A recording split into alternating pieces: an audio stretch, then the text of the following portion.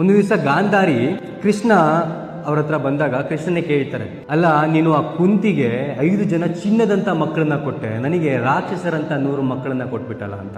ಆಗ ಕೃಷ್ಣ ಹೇಳ್ತಾರಂತೆ, ಇಲ್ಲಮ್ಮ, ನಾನು ನಿನಗೂ ಕೂಡ 100 ಚಿನ್ನದಂತ ಮಕ್ಕಳನ್ನೇ ಕೊಟ್ಟಿದ್ದೆ, ಬಟ್ ನೀನೇನು ಮಾಡಿದೆ, ನನ್ನ ಗಂಡನಿಗೆ ಕಾಣಿಸ್ತಿರುವಂಥ ಪ್ರಪಂಚ ನಾನು ಕೂಡ ನೋಡೋದಿಲ್ಲ ಅಂತ ಹೇಳಿ ನಿನ್ನ ಕಣ್ಣಿಗೆ ನೀನು ಬಟ್ಟೆ ಕಟ್ಕೊಂಡೆ. ನಿನ್ನ ಮಕ್ಕಳು ಎಲ್ಲಿ ಹೋಗ್ತಿದ್ದಾರೆ, ಯಾರ ಜೊತೆ ಸೇರ್ತಿದ್ದಾರೆ, ಅವ್ರು ಏನು ಕೆಲಸಗಳನ್ನು ಮಾಡ್ತಿದ್ದಾರೆ, ಒಳ್ಳೆ ದಾರಿಯಲ್ಲಿ ಹೋಗ್ತಿದ್ದಾರೆ, ಕೆಟ್ಟ ದಾರಿಯಲ್ಲಿ ಹೋಗ್ತಿದ್ದಾರೆ, ಯಾವುದನ್ನು ಕೂಡ ನೀನು ನೋಡಲಿಲ್ಲ. ಸೊ ನಿನ್ನ ಮಕ್ಕಳು ಬೇಕಾಬಿಟ್ಟು ಬೆಳ್ಕೊಂಡ್ರೆ ಇವತ್ತು ರಾಕ್ಷಸರಾಗಿ ನಿಂತಿದ್ದಾರೆ.